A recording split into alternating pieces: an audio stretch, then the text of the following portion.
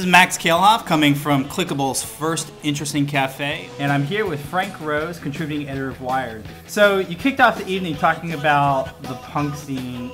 I started out in journalism as a writer for The Voice, writing about music, and the first really interesting thing that happened, fortunately, when I came along was the whole punk scene, the CBGB scene, which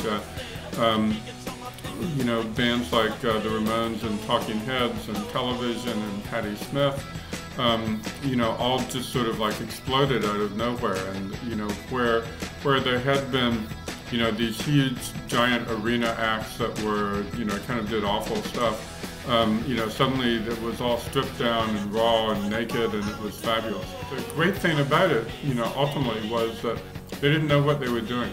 They were just these kids who had a desperate need to do something, to express themselves, to have fun, to not be working as delivery drivers or burger flippers, and that's what they that's what they seized on, rock and roll, which is of course the age-old story of rock and roll, which is why ultimately I think the punk thing became so powerful, because it really took rock back to its roots. It really reminded everybody of what it was all about, which had been very much, I think, lost by 1974. So, and it resonated with me because frankly I come to New York. I'd actually graduated from journalism school, but it wasn't like I had any great body of knowledge. I wasn't really ready to be a political reporter or something like that, nor did I want to, frankly. So it's I didn't know anything about music, so we were a good match. Tell me, how do those themes from the 70s punk scene, the user-generated aspect of that, how does that translate and start to resonate in today's internet culture? I think it's actually surprisingly relevant. It was obviously a completely analog era.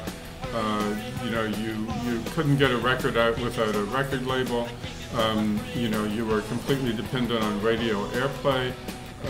There were all of these things that are no longer the case, but it didn't stop people from doing it themselves. And the Ramones were the perfect example. These four kids from Queens who didn't know how to play any instruments, they had no idea what they were doing, and created something that was not only incredibly powerful at the time, but really became historic in the sense that it's bigger now than it's ever been,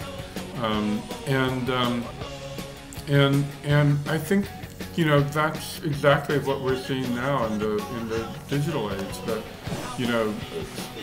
suddenly there are so many tools available so cheaply, that you don't really need to know what you're doing. You certainly don't need connections. All you have to have is a good idea and some talent. And so I think that's really where punk resonates with people today.